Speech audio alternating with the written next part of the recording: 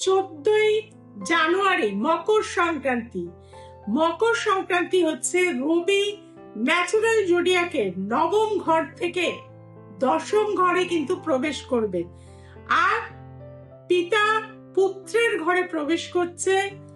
এখানে বলা হয় যে দেবতারা এতদিন পর্যন্ত নিদ্রিত ছিল, কালকের পর থেকে দেবতারা কিন্তু জাগ্রত হয়ে যাবে, অ্যাক্টিভ হয়ে যাবে। দশম ঘর কর্মের ঘর, উন্নতির ঘর।